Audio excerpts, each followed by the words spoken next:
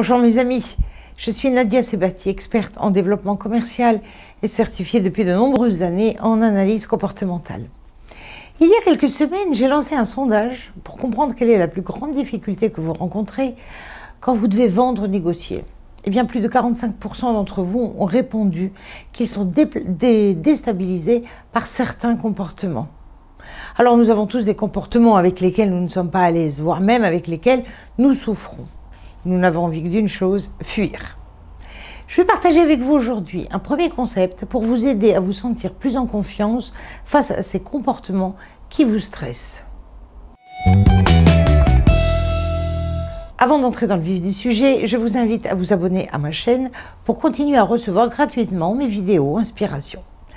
Et je vais traiter ce sujet passionnant concernant les comportements sur plusieurs vidéos successives. Alors tout d'abord, je précise que je ne vais parler que des comportements dits normaux et non ceux qui nécessitent une analyse psychiatrique, car il s'agit là d'un tout autre sujet.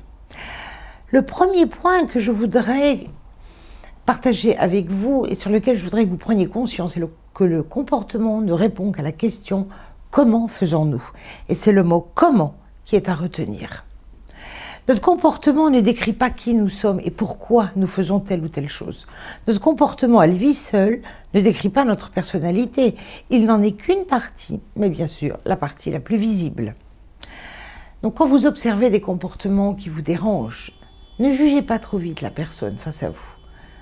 Vous voyez juste comment elle se comporte, comment elle agit, mais vous n'avez pas toutes les informations. Je vais prendre quelques exemples. Si vous avez face à vous un client ou un prospect qui vous pose beaucoup de questions, qui veut connaître les moindres détails de votre offre, qui vous demande des preuves, des certificats, des garanties, des documents écrits détaillés, alors vous pourriez penser qu'il ne veut pas travailler avec vous, qu'il se méfie, qu'il n'a pas confiance, qu'il cherche la petite bête pour vous écarter. Bien pas forcément.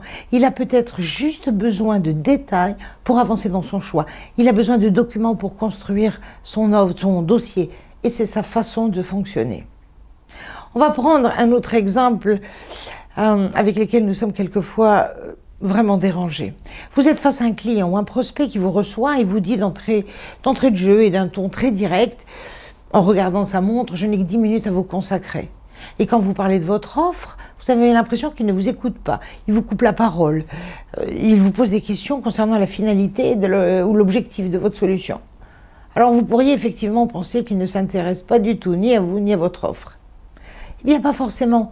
Il a juste besoin de savoir quel est le résultat auquel vous vous engagez et les détails ne l'intéressent pas. Ce n'est peut-être pas vous qui l'intéressez, mais ce que vous allez lui apporter pour lui permettre d'atteindre son objectif. Donc en résumé, quel que soit le comportement que vous rencontrez, que vous soyez à l'aise ou pas, ne tirez pas de conclusions trop hâtives sur la personne, mais adaptez votre comportement à ses besoins. Eh oui, mais comment? Et c'est justement le sujet de ma vidéo suivante que j'ai hâte de vous présenter.